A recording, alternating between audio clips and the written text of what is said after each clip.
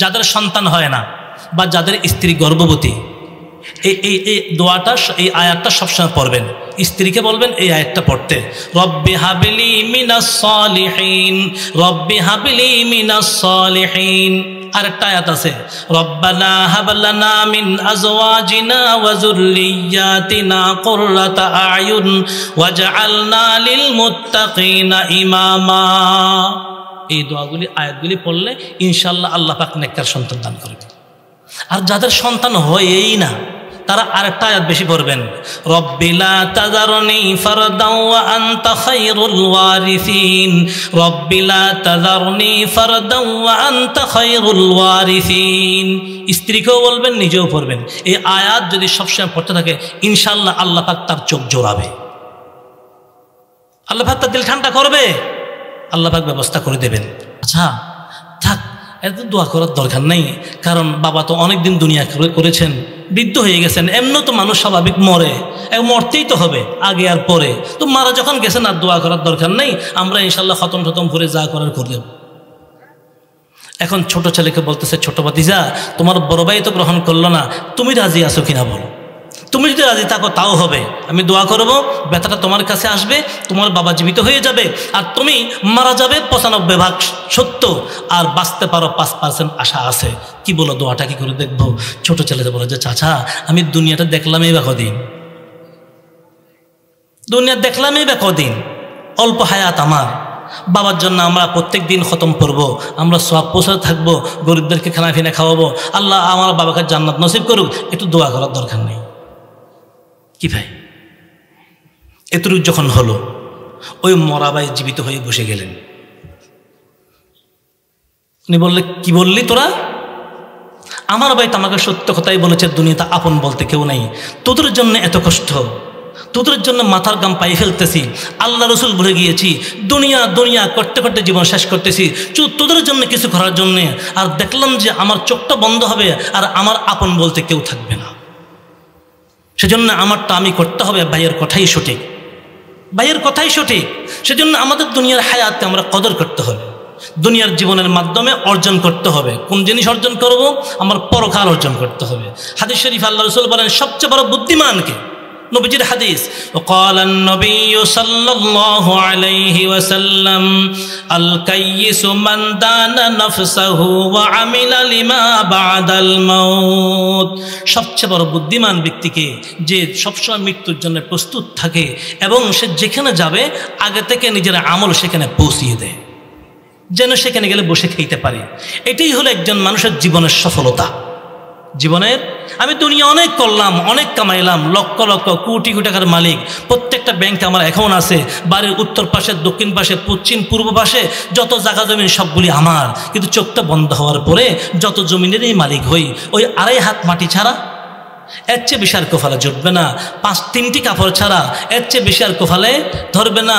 যে 2.5 হাত মাটি পাবো তাও চিরস্থায়ী নয়, হয়তো 2-4 বছর পরে আমার উপরে মাটি দিয়ে আমার উপরে আরেকজনকে দেবে। এটাই বাস্তবতা, এটাই বাস্তবতা। বলতেছিলাম যে কথা, আল্লাহ রসুল বলেন ওয়াহানে আমার উম্মতকে ধ্বংস করে দেবে। ওয়াহান কি জিনিস? হুব্বুদ দুনিয়া ওয়া কারাহিয়াতুল মউত, দুনিয়ার ভালোবাসা, দুনিয়া প্রীতি আর মৃত্যুর ভয়। মৃত্যুর ভয়, মৃত্যুর টাইম মতেই আসবে, আগেও আসবে না, পরেও আসবে না, সেজন্য প্রস্তুতি নেওয়া এটাই হলো বুদ্ধিমানের কাজ। বলতেছিলাম যে কথাটা, হুজুর আকরাম সাল্লাল্লাহু আলাইহি ওয়াসাল্লাম ইরশাদ ফরমান, উম্মত সময় আসতেছে তোমাদের উপর, তবে এক রাস্তা ধরো। কয় রাস্তা? এক রাস্তা। হাদিস শরীফে আছে, হযরত আব্দুল্লাহ ইবনে মাসউদ রাদিয়াল্লাহু তাআলা আনহু বলেন, আল্লাহ রাসূল সাল্লাল্লাহু আলাইহি ওয়াসাল্লাম একদিন দাঁড়ানো, নবীজির হাতে একটা লাঠি, নবীজির লাঠি দিয়ে মাটির মধ্যে সোজা একটা দাগ টানলেন। হাদিস শরীফে আছে, খাত্তালানা রাসূলুল্লাহ সাল্লাল্লাহু আলাইহি ওয়াসাল্লাম খাত্তা, নবীজি মাটির মধ্যে সোজা একটা দাগ টানলেন। এরপর সাহাবায়ে কেরামকে জিজ্ঞেস করলেন, আমার সাহাবায়ে কেরাম বলো তো আমি এটা কি করলাম? সাহাবায়ে কেরামের উত্তর, আল্লাহু ওয়া রাসূলুহু আ'লাম, আল্লাহ এবং আল্লাহ রাসূল ভালো জানেন। এটা সাহাবায়ে কেরামের আদব। নবীজির সামনে অহংকার বশত কোনো কথা আমি জানি এরকম প্রকাশ পায় কোনো কথা বলতেন না। এবার নবীজি বলতেছেন, হাদা সাবিলুল্লাহ, হাযা সাবিলুল্লাহ, এটা আল্লাহর রাস্তা। কোনটা? মাটির দাগ টানছে সেটা না, তার মানে আল্লাহকে পাওয়ার রাস্তা সোজা, আল্লাহকে পাওয়ার রাস্তা সোজা। সুম্মা খাত্তা ইয়ামিনান ওয়া শিমালা, অতঃপর নবীজি সাল্লাল্লাহু আলাইহি ওয়াসাল্লাম সেই সোজা দাগটার ডানে বামে ডানে বামে আরো অনেকগুলি দাগ টানলেন। আবার জিজ্ঞেস করলেন যে আমি এটা কি করলাম বলো তো? সাহাবায়ে কেরাম বলেন আল্লাহু ওয়া রাসূলুহু আলাম, আল্লাহ এবং আল্লাহ রাসূল ভালো জানেন। এবার নবীজি বলতেছেন হাযিহি সুবুল, হাযিহি সুবুল, এগুলি আরো অনেকগুলি রাস্তা। আলা কুল্লি রাসিম মিনহা শাইতানুন ওয়াহিদুন ইয়াদউ ইলাইহি, প্রত্যেকটা রাস্তার মাথায় একটা একটা শয়তান বসে আছে। নবীর শব্দ, এগুলি আরো অনেকগুলি রাস্তা, প্রত্যেকটা রাস্তার মাথায় একটা একটা শয়তান বসে আছে। ইয়াদউ ইলাই, এই শয়তান বলতেছে এই রাস্তায় আসো, এটা আল্লাহকে পাওয়ার রাস্তা। ওই শয়তান বলতেছে এই রাস্তায় আসো, এটাই আল্লাহকে পাওয়ার রাস্তা। ওই শয়তান বলতেছে এই রাস্তায় আসো, এটাই সঠিক পথ। এক এক শয়তান এক এক রাস্তার দিকে ডাকবে। নবীজি বলেন যে আল্লাহকে পাওয়ার রাস্তা একটা। কয়টা? এখন একটা, সেটা কোনটা? একটা সেটা আরেক হাদিস শরীফে নবীজি সাল্লাল্লাহু আলাইহি ওয়াসাল্লাম ইরশাদ ফরমান, ওয়া ক্বালা আন-নবিয়্যু সাল্লাল্লাহু আলাইহি ওয়াসাল্লাম ইন্না বনি ইসরাঈলা তাফাররাকাত আলা 72 মিল্লাহ ওয়া সাতাফতারিকু উম্মতি আলা 73 মিল্লাহ কুল্লুহুম ফিন-নারি ইল্লা মিল্লাতুন ওয়াহিদা। ক্বালু ওয়া মা হিয়া ইয়া রাসূলাল্লাহ? ক্বালা মা আনা আলাইহি ওয়া আসহাবি। আল্লাহর হাবিব সাল্লাল্লাহু আলাইহি ওয়াসাল্লাম ইরশাদ ফরমান, ইন্না বনি ইসরাঈল তাফাররাকাত আলা 72 মিল্লাহ, বনি ইসরাঈল 72 দলে বিভক্ত হয়েছিল। বনি ইসরাঈল 72 দলে বিভক্ত হয়েছিল। ওয়া সাতাফতারিকু উম্মতি আলা 73 মিল্লাহ, আমার উম্মত বনি ইসরাঈল 73 দলে বিভক্ত, আমার উম্মত 73 দলে বিভক্ত হবে। বনি ইসরাঈল 72 দলে বিভক্ত হয়েছিল, আমার উম্মত 73 দলে বিভক্ত হবে। কুল্লুহুম ফিন্নার, 73 দলের মধ্যে সব কটি দল জাহান্নামে যাবে, ইল্লা মিল্লাতুন ওয়াহিদা, শুধুমাত্র একটা দল জান্নাতে যাবে। 72 দল জাহান্নামে, একটা দল জান্নাতে। এবার সেই একটা দল কোনটা? সাহাবায়ে কেরাম তো আশ্চর্য হয়ে গেলেন, শুধুমাত্র একটা দল জান্নাতে যাবে, তো দলটা কোনটা? ওমা হিয়া ইয়া রাসূলুল্লাহ, হি আল্লাহ রাসূল, সে একটা দল, সেটা কোনটা? নবীজি বলেন মা আনা আলাইহি ওয়া আসহাবি, যেই দলে, যেই মতে, যেই পথে আমি আছি এবং আমার সাহাবায়ে কেরাম আছে। নবীজি এবং সাহাবায়ে কেরামের পথ, এটাই হচ্ছে সঠিক পথ। আর সেটার নাম কি? আহলুস সুন্নাতি ওয়াল জামাআহ। এখন সেটা আহলুস সুন্নাত জামাত কেমনে হলো? মা আনা আলাইহি, আমি নবী যেটার উপর আছি। এখন নবীজি কি কিয়ামত পর্যন্ত থাকবেন? নবীজি তো বিদায় নেবেন। নবীজি বিদায় নিয়েছেন, নবীজি কি দুনিয়ায় আছেন? নাই, নবীজির ওয়াফাত হয়েছে। বাকি নবীজির ওয়াফাত হলো নবীজি হায়াতুন নবী, নবীজি হায়াতুন নবী। নবীজি সাল্লাল্লাহু আলাইহি ওয়াসাল্লাম কবর জীবিত, তাতে কোনো সন্দেহ নেই। নবীজিকে হায়াতুন নবী না মানলে তো ঈমানও থাকবে না। আল আম্বিয়া ওয়া আহইয়াউন ফিল কুবুর ইউসাল্লুন, সমস্ত নবীগণ কবর জীবিত ইবাদত করতেছেন। আরেক হাদিস শরীফ আছে ওয়া ইউরযাকুন, আল্লাহ পাক নবীদেরকে কবরের রিজিক দান করতেছেন। আরো অনেকগুলি হাদিস আছে।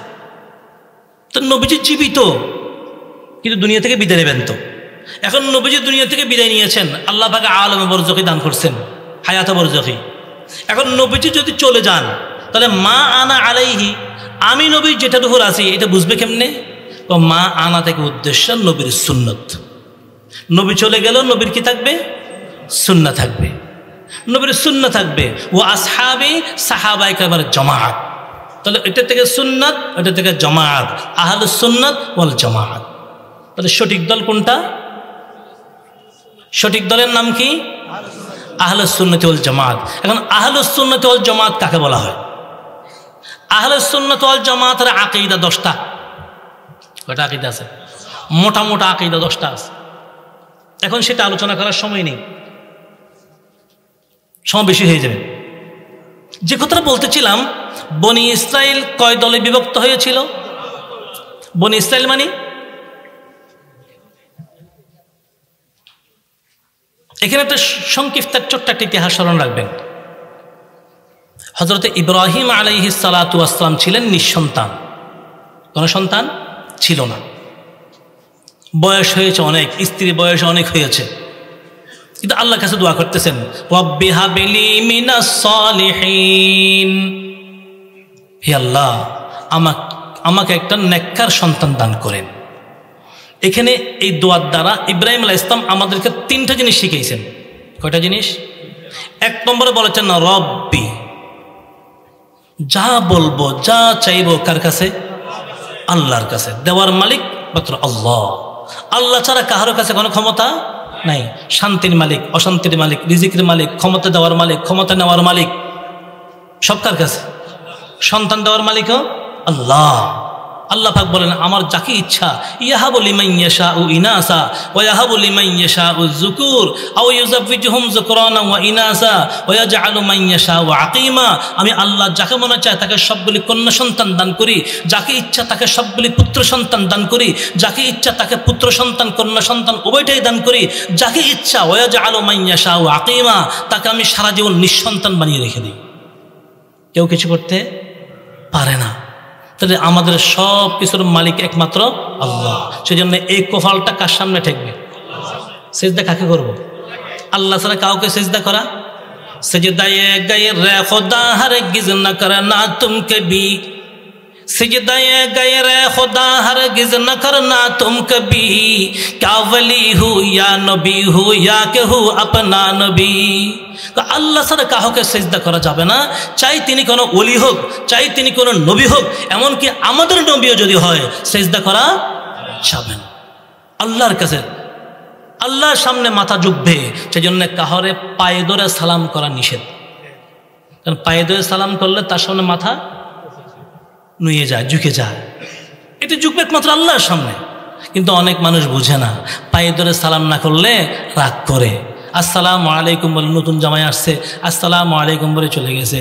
চাচা শ্বশুর বলে যে এই জামাই কি আর একটা সালামও তো দিল না, তা আসসালাম আমি কইছে গাইলাইছেনি, তুই গালি দিছে নাকি সেটা? এখন মানুষ পায়ে একটু হাত দিয়ে একটু চোঁচো চোঁচো করলে সালাম হয়। এটা কেমন সালাম?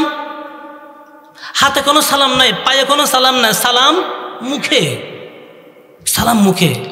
সালাম শান্তির জন্য দোয়া, সালাম মানে নিরাপত্তা দেওয়া।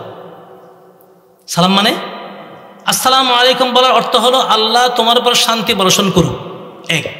সালামের আরেক অর্থ হলো আসসালামু আলাইকুম মানে আমার কাছে আপনি নিরাপদ, আমার হাতের দ্বারা, কথার দ্বারা, চলাফেরার দ্বারা, আমার বাড়িতে বা কোনোখানে আপনি আমার দ্বারা কোনো কষ্ট পাবেন না। এটা সালামের অর্থ। কিন্তু অনেকে এখন সালাম দিতে চায় না, নেওয়ার জন্য তাকাইয়া থাকে। আমাকে সালাম দেয় কেন? যেই ব্যক্তির মনে সেটা আসে, কাউকে দেখলে সালাম দিতে মনে চায় না। যাকে দেখলে তোমার সালাম দিতে মনে চায় না, ওনাকে আগে সালাম দিয়ে দাও, আর না হয় তোমার ভিতরে অহংকার যাবে না। এটা অহংকারের চিহ্ন। আর অহংকার যেতে হলে কি করতে হবে? আল্লাহ রাসূল বলেন, আল বাদি বিসসালামি বারিয়ুম মিনাল কিবর। যেই ব্যক্তি আগে সালাম দিবে তার ভিতর থেকে অহংকার চলে যাবে। সালাম আগে দেওয়া উচিত। নবীজি সাল্লাল্লাহু আলাইহি ওয়াসাল্লামকে সাহাবায়ে কেরাম সহজে আগে সালাম দিতে পারতেন না, নবীজি আগে সালাম দিয়ে ফেলতেন। সেজন্য সালাম আগে দেব। যা হোক, যেটা বলতেছিলাম, বনি ইসরাইল কথা স্মরণ আছে? ইব্রাহিম আলাইহিস সালাম দোয়া করেছেন কি? রব্বি। 2 নম্বর কি বলছেন? হাবলি, ও আল্লাহ, এখন যে বয়স হয়ে গেছে, আমার স্ত্রীর যে বয়স হয়েছে, এই বয়সে সাধারণত সন্তান হয় না, কিন্তু আপনি তো দান করতে পারেন। হয় না ঠিক আছে মানলাম, কিন্তু হাবলি আপনি দেন, আপনি দিতে তো পারেন, তবে দিবেন তো সন্তান সেরকম সেরকম সন্তান আমার দরকার নাই, মিনাস সালিহিন।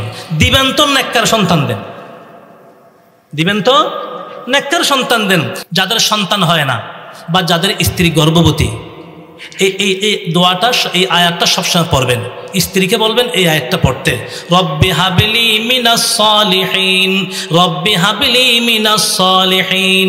আরেকটা আয়াত আছে, রব্বানা হাব লানা মিন আজওয়াজিনা ওয়া যুররিয়্যাতিনা কুররাতা আয়ুন ওয়াজআলনা লিল মুত্তাকিনা ইমামা।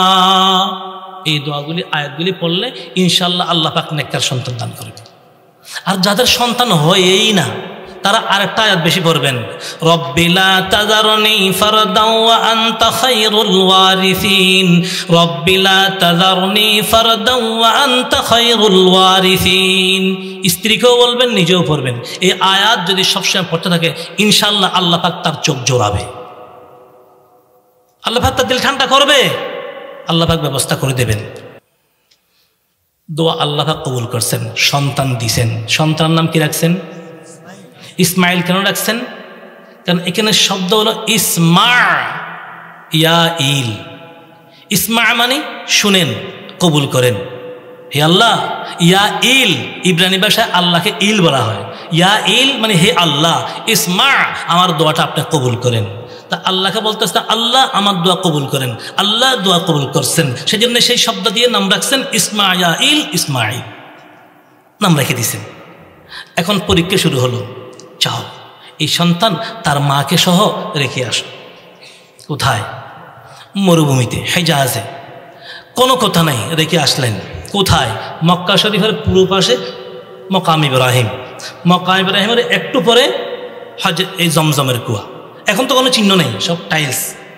নিচে দিয়ে পাইপ দিয়ে আন্ডারগ্রাউন্ডে মেশিন ফিট করেছে, সেদিকে জমজমের পানি উঠায়।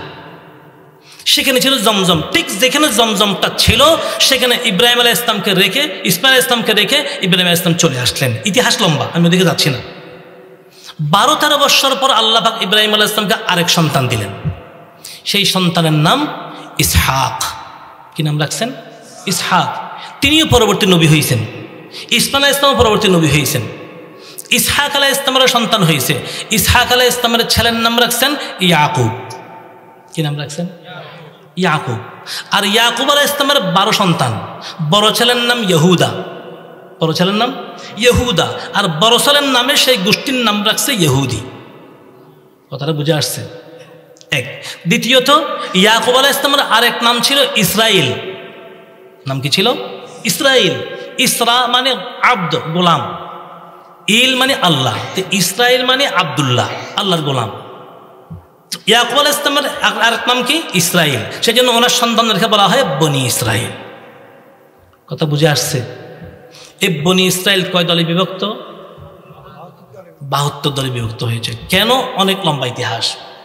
আজকে ফিলিস্তিনে আক্রমণ চলতেছে, আমরা সবাই হাই হুতাশ করতেছি। কেউ ইমাম মাহাদিকেও স্বপ্ন দেখতেছি, ইমাম মাহাদি জন্ম হয়ে গেছে। কথা বুঝে আসছে? এটা আরেকটা দুঃখা। ইমাম মাহাদি আসবেন সময় মতো, কখন আসবেন হয়তো আমরা জানি না। ইসরায়েল একদিন স্বাধীন হবে ইনশাআল্লাহ। ফিলিস্তিন একদিন মুসলমানদের হাতে আসবে, তাতে কোনো সন্দেহ নেই।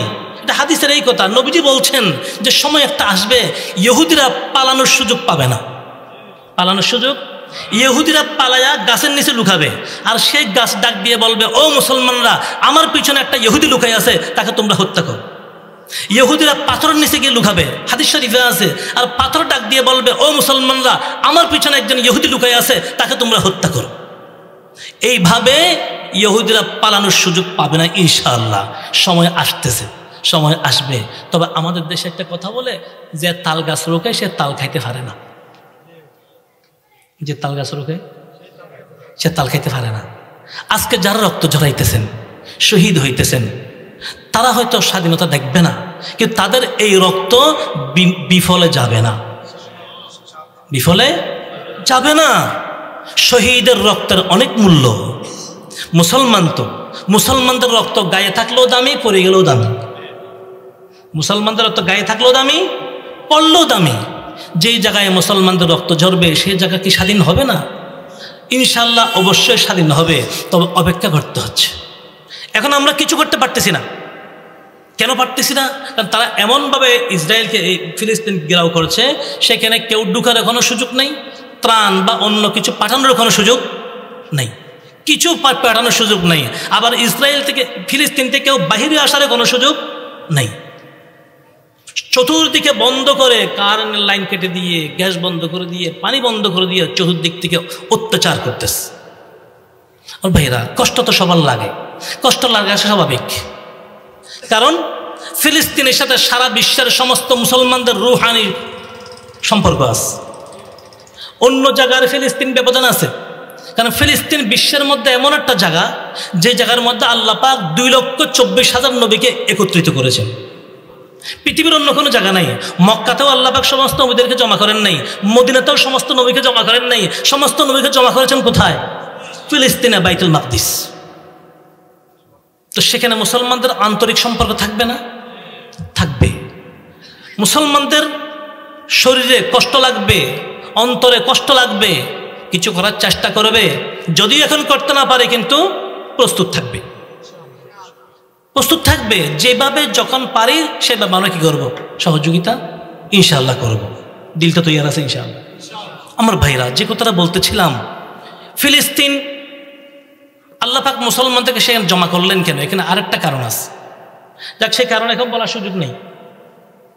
যে কথাটা বলছি, এখন যেহেতু আমরা কিছু করতে পারতেছি না, তাই বলে কি করার কিছুই নেই? কি ভাই, কিছু করার নেই? আছে। কি আছে? তাড়াতাড়ি দোয়া, দোয়ার একটু পরে, এর আগেও কাজ আছে। দোয়া চাইতে হয়, দোয়া করতে হয় কখন? আগে লাইন ক্লিয়ার করে।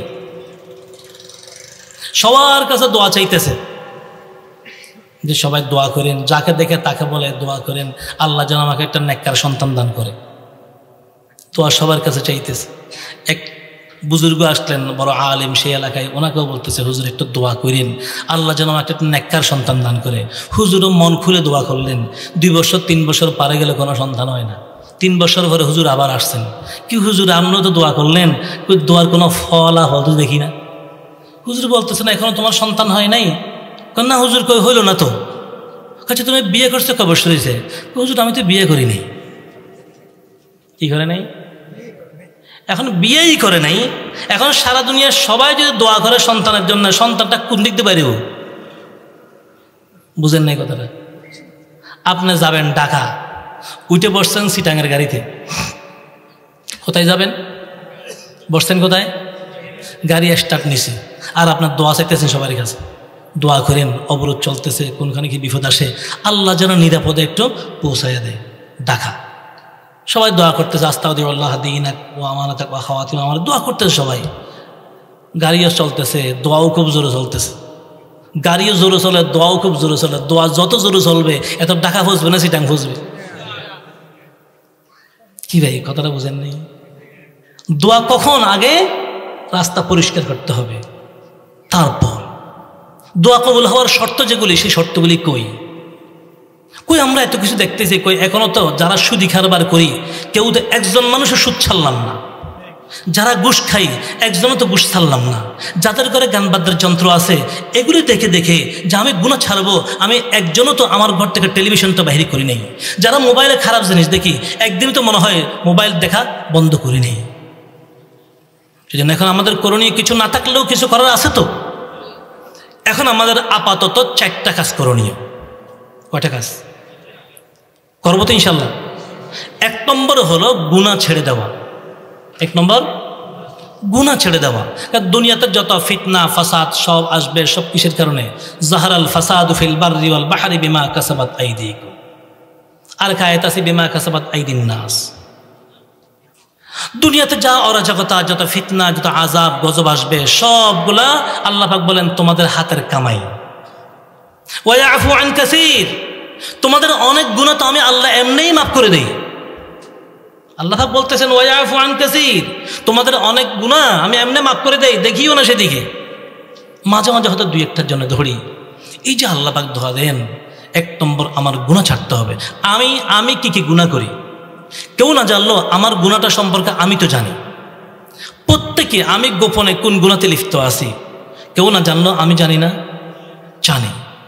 আমার গুনাহ থেকে আমি তওবা করবো যে আল্লাহ আমি দুনিয়াতে অনেক গুনাহ করতেছি, মানুষ যদি এগুলি জানে আমাকে তো মারবে, কিন্তু আল্লাহ তুমি তো গুনাহগুলি গোপন রেখেছো। আল্লাহ দুনিয়ার মধ্যে আমার গুনাহ যেরকম গোপন রেখেছো, এই গুনাহগুলি প্রকাশ করে হাসরের মাঠে আমাকে তুমি লাঞ্ছিত করিও না। আল্লাহ এই গোপন অবস্থায় আমার গুনাহগুলি মাফ করে দাও। আমি আর গুনাহ করব না, প্রতিজ্ঞা করতেছি, এরাদা করতেছি, ইচ্ছা করতেছি, আজমা করতেছি। আল্লাহ আমি গুনাহ করব না, গুনাহ না করার তৌফিক দাও, গুনাহ থেকে বাঁচিয়ে রাখো, অতীতের গুলি মাফ করে দাও। এই কথাগুলি আল্লাহকে বলতে পারবো না? পারবো তো ইনশাআল্লাহ। কারা কারা বলতে পারবো? আলহামদুলিল্লাহ। শুধু বলবো কিন্তু ছাড়বো না, শুধু বলবো কিন্তু কিন্তু ছাড়বো না, না ছাড়বো, ছাড়বো। গুনাহ ছাড়তে হবে বাবাজি, গুনাহ ছাড়তে হবে।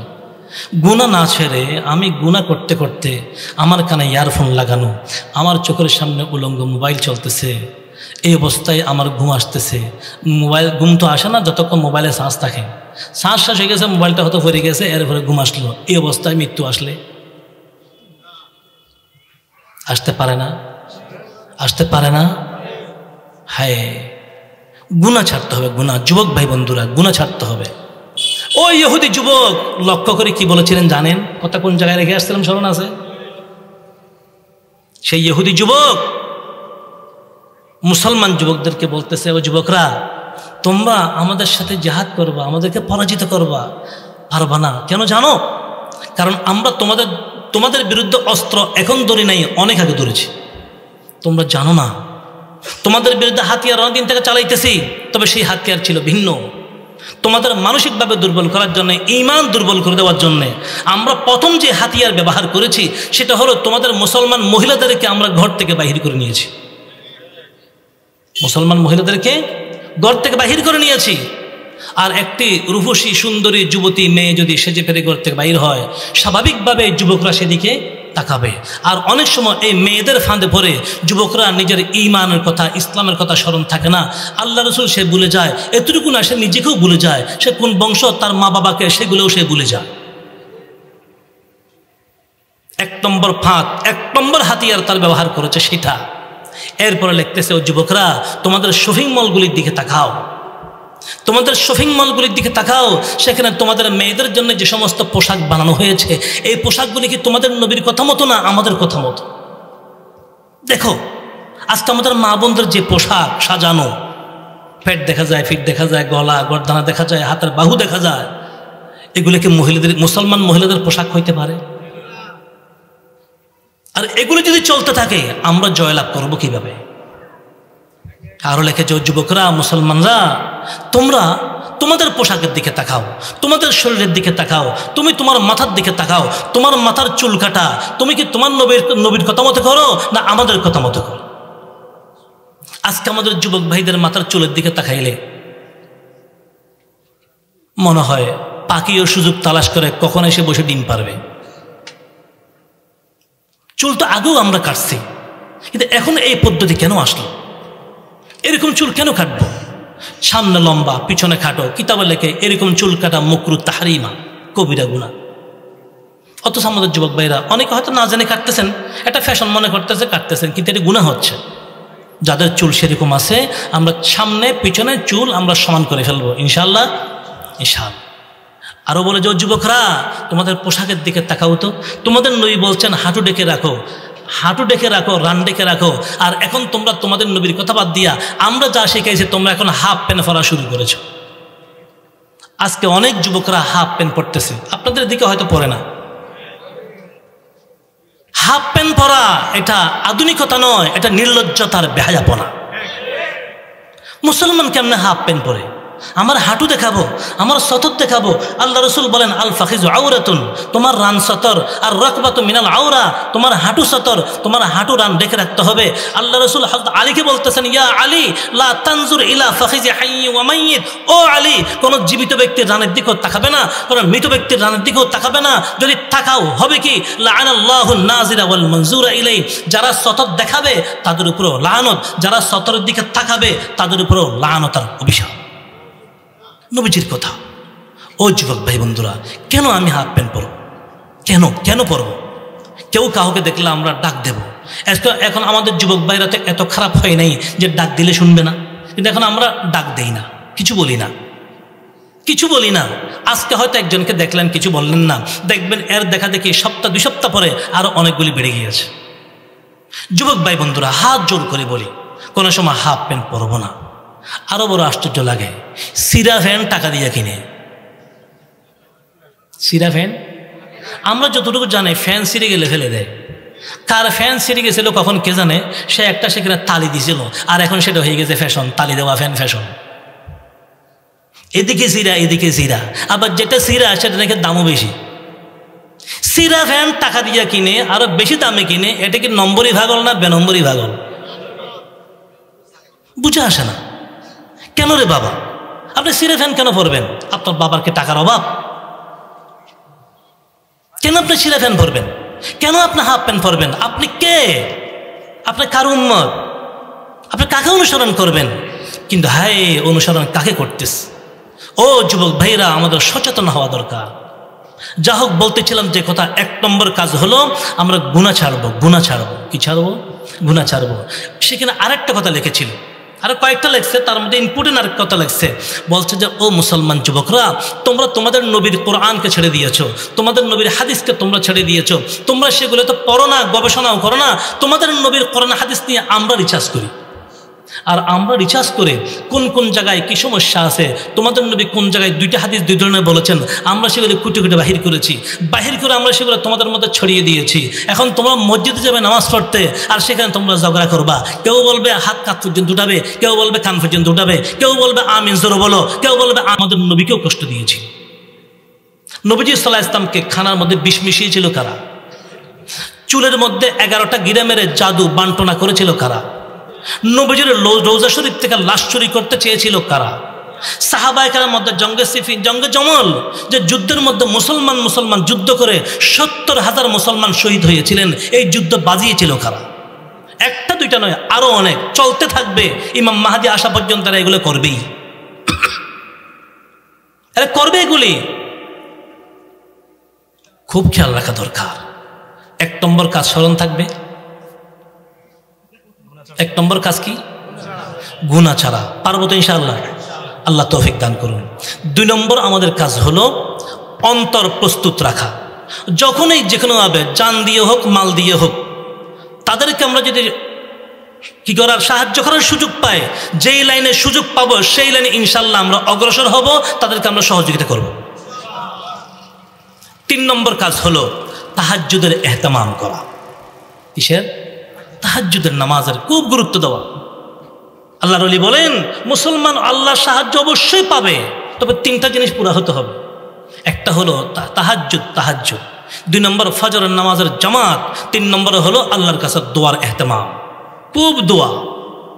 কিন্তু এখন তাহাজ্জুদ কোথায়? তাহাজ্জুদ ফজরের নামাজই ঠিক মতো অনেকে হয়তো পড়লেও দেরি করে পড়ি না, সেরকম যেন না হয়, সেরকম যেন না হয়। নামাজ ঠিক থাকবে আমার। আল্লাহর ওলি বলেন যেদিন মুসলমানদের জুমার নামাজ আর ফজরের নামাজে মুসল্লি সমান সমান হবে, সেদিন আল্লাহর সাহায্য নিশ্চিত। কোন দিন? কোন দিন? যেদিন জুমা আর ফজরে মুসল্লি সমান সমান। এখন তো আলহামদুলিল্লাহ প্রত্যেক মসজিদে জুমাত আর ফজরের নামাজে মুসল্লি সমান সমান। এটার মেহনত করতে হবে। মুসল্লি কেমনে বাড়ানো যায়? যুবক ভাইরা, নামাজি বনবো, নামাজি বনে যাও, নামাজি বনে যাও। মুসলমান বেনামাজি কেমনে থাকে? মুসলমান নামাজ না পড়ে পারে কেমনে? নামাজ পড়তে মনে চায় না কেমনে? এটার মেহনত করতে হবে। মুসল্লি কেমনে বাড়াবো?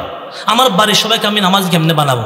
দাওয়াতে তাবলীগের মেহনতকে প্রচার করে আল্লাহ রাস্তা বাইরন, সময় লাগান, নিজের স্ত্রীকে নিয়ে সময় লাগান, সন্তানদেরকে নিয়ে সময় লাগান, মেয়েকে নিয়ে সময় লাগান, তাদেরকে দিনদার বানান। আমি যদি আমার মেয়েকে ধার্মিক না বানাই, তাহলে একজন মানুষ ধার্মিক বউ পাবে কোথায়? আর ধার্মিক স্ত্রী যদি না হয়, তাহলে সন্তানরা ধার্মিক মা কোথায় পাবে? ধার্মিক মা তো আর আসমান ছিঁড়ে পড়বে না, জমিন ফেটে উঠবে না। আমরাই তো আমাদের মেয়েদেরকে ইসলাম শেখাতে হবে, আমরাই তো আমাদের মেয়েদেরকে ধর্মকর্ম শেখাতে হবে, ইসলাম ধর্ম শিখাইয়া আগে বাড়াতে হবে। তখন মানুষ ধার্মিক স্ত্রী পাবে, সন্তানরা ধার্মিক মা পাবে। আর যদি ঘরে স্ত্রী খারাপ হয়ে যায়, আপনার মুহাদ্দিসগিরি, আপনার মুফতিগিরি, আপনার তবলিগিরি কোনোটা চলবে না, ঘরে চালাতে পারবেন না। কি ভাই, অনেক মানুষ শুধু ঘর নিয়ে পেরেশানি, লক্ষ লক্ষ কোটি কোটি টাকার মালিক, কিন্তু জিজ্ঞেস করেন কেমন আছেন, ভাই আমার মতো অশান্তিতে কেউ নেই। কিসের অশান্তি? ঘরের অশান্তি, ঘরে শান্তি নেই। স্ত্রী যদি খারাপ পড়ে যায়, তখন দেখা যায় চাকরিতে যায়, ব্যবসায় যায়, যেখানে যাক, কিছুক্ষণ পর একটু ঘরে মোবাইল করে দেখতে হয় নম্বর কোনো বিজি কিনা, স্ত্রীর মোবাইল নম্বর বিজি কিনা, কারোর সাথে কথা বলতেছে কিনা পরীক্ষা করতে হয়। স্ত্রীদেরকে ধার্মিক বানাবো। কি বানাবো? আপনি মাঝে মাঝে যখন তবলিগে যান, স্ত্রীকে নিয়ে মস্তুরাতে সময় লাগান। পারবো না ইনশাল্লাহ? ইনশাল্লাহ দেখবেন ফলাফল। 3 দিন সময় লাগান স্ত্রীকে নিয়ে মেয়েকে নিয়ে, ফলাফল দেখবেন। আমরা আগে মানুষ তৈরি না করলে জেহাদ কাকে নিয়ে করবেন? যেই ব্যক্তিকে বললে যে 3টে দিনের জন্য আল্লাহ রাস্তায় আসো, সে নিজের ব্যবসা ফেলাই যায়, গড়টা ফেলে 3 দিনের জন্য আল্লাহ রাস্তায় আসতে পারে না, আর সে বুঝি জেহাদ করতে যাবে? বুঝেন না কথাটা? সে জেহাদ করতে যাবে। তৈরি কেমনে করব? তাদেরকে মানসিকভাবে তৈরি করেন, মেহনত করেন তাদের পিছনে, দাওয়াত তাবলীগের মেহনতকে ব্যাপক করে দেন। পারবো না ইনশাআল্লাহ? আল্লাহ রাস্তার সময় লাগাবো। কার কার নিয়ত আছে একটু হাত উঠান তো। মাশাআল্লাহ মাশাআল্লাহ, আল্লাহ কবুল করুক। 3টা কাজ। 4 নম্বর কাজ কি? ইহুদিদের পণ্য আমরা বর্জন করব। ইহুদিদের পণ্য ইনশাআল্লাহ খাবো না। না খাইলে কিসে? এখন দেখা যায় অনেক সময় তাদের বিরুদ্ধে আন্দোলন করি, তাদের বিরুদ্ধে মিছিল মিটিং করি, মিছিল করতে করতে চিল্লাতে চিল্লাতে ঘাম বেড়ে গেছে, দোকানে গিয়ে বলে যে ভাই একটা ফান্তা দাও তো, একটা কুক দাও। তাদের বিরুদ্ধে চলতেছে কথা, আবার গিয়ে তাদের ফান্তার কুক খাইয়া তাদেরকে টাকা দিয়ে সহযোগিতা করতেছে। কি হবে? কথাটা বুঝেন নেই। তাদের কোনো পণ্য আমরা ব্যবহার করবো না ইনশাআল্লাহ। কি কি? যতটুকু জানি এতটুকু। কোকা কোলা বলেন, 7 Up, Fanta, Mirinda, Sprite, Pepsi. Pepsi তো বাইর করছে সেটার জন্য। পেপসির অর্থ কি? FEPSI, Pepsi. আপনার অর্জিত সম্পদ থেকে একটি টাকা ইসরায়েলের জন্য সংগ্রহ করুন। পেপসির অর্থই তো সেটা। পেপসি বাহির করছে সেটার জন্যে। তাহলে কি কি বললাম? Coca Cola, 7 Up, Fanta, Mirinda, Sprite, Pepsi, এগুলি ইনশাল্লাহ খাবো না। বাটা জুতা কোনো সময় কিনবেন না। কোন জুতা? বাটা জুতা। বাটা জুতার মালিক সরাসরি ইহুদি। তারা গত বেশ কয়েক বছর আগে জুতার নিচে আল্লাহ শব্দ দিয়েছিল। কেন? বাটা জুতা কোনো সময় কিনবেন না। লিভার ব্রাদার্সের কোনো পণ্য কিনবেন না। ইউনিলিভার, ইহুদি। লাক্স সাবান। কি সাবান? লাক্স সাবান। লাইফ বয় সাবান। কোন সাবান? লাইফ বয়, লাইফ বয় প্লাস, লাইফ বয় গোল্ড, রেক্সোনা, ডেটল, হুইল সাবান, এগুলো কোনো সময় কিনবো না। আরও অনেক সাবান আছে আমাদের দেশীয় সাবান। দেশীয় পণ্য ব্যবহার করি, তাদের পণ্য কেন ব্যবহার করো? কোনো সময় লাক্স সাবান, লাইফ বয় সাবান, হুইল সাবান, এগুলো আমরা কিনবো না ইনশাআল্লাহ। স্ত্রীদের জন্য, মেয়েদের জন্য পেয়ার লাভলি কোনো সময় কিনবেন না। কি লাভলি? পেয়ার লাভলি মেয়েদের অনেক পছন্দনীয় না। আমার মা বোনরা পেয়ার লাভলি ব্যবহার করবেন না, এটা ইহুদিদের পণ্য। বেজিলিন কোনো সময় কিনবেন না। বেজিলিন কিনবেন না। দুধ পাউডারের মধ্যে নিডু দুধ কোনো সময় কিনবেন না। নিডু, নিডু ইহুদিদের। নেসলে কোম্পানির কোনো পণ্য কিনবেন না। KFCর কোনো পণ্য কোনোদিন কিনবেন না। বাচ্চাদের জন্য যখন চকলেট কিনি, কিটক্যাট চকলেট কোনো সময় কিনবেন না, এটা তাদের। এবং যারা ব্রাশ করেন, আমরা ব্রাশ কেন করব? আমরা মিসওয়াক ব্যবহার করব।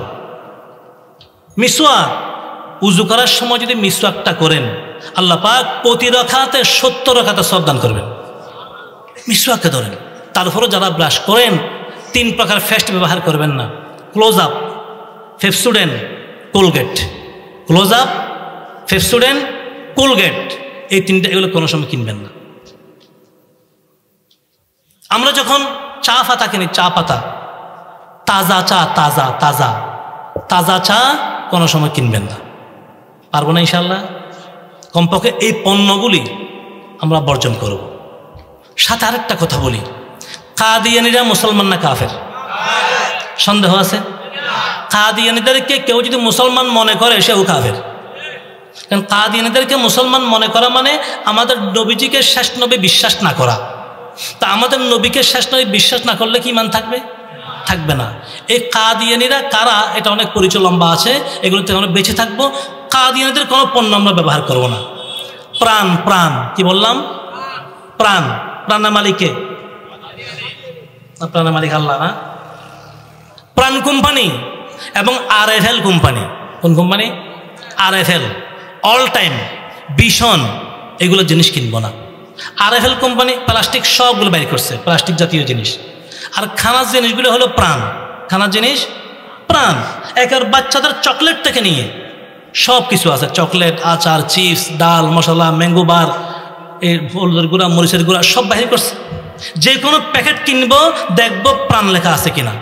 এশকে রসুলের দাবি, নবীজির ভালোবাসায়, ঈমানি চেতনায় আমরা ইনশাল্লাহ প্রাণের জিনিস কিনবো না এবং আরএফএলের জিনিস কিনবো না। ইহুদিদের কোনো পণ্য কিনবো না আজকে থেকে। যারা ব্যবসায়ী ভাই বন্ধুরা, আমরা বিক্রি করবো না। আপনার রিজিক আপনার আল্লাহ পাক অন্য কিছু পৌঁছিয়ে দেবে।